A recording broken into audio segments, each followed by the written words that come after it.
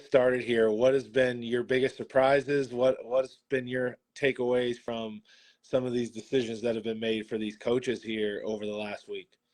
I mean, right after we got off, I think last week, it wasn't more than 30 minutes later that Ben Johnson announced that he was coming back to the Detroit Lions. I think that is a huge win for that organization, and also shows kind of his loyalty. Maybe he didn't interview well with Seattle and Washington.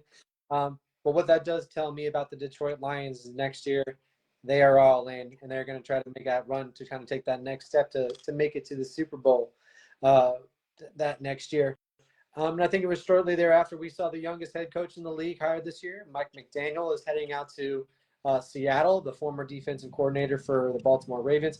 I hired, honestly. I thought that he was going to end up going to Washington with the draft capital that they had.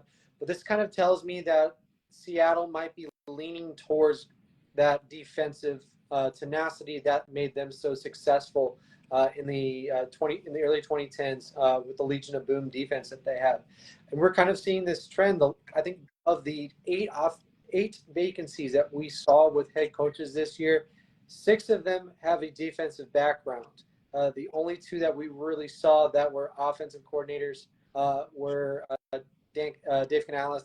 He's going up to Carolina from Tampa Bay, and I believe it was.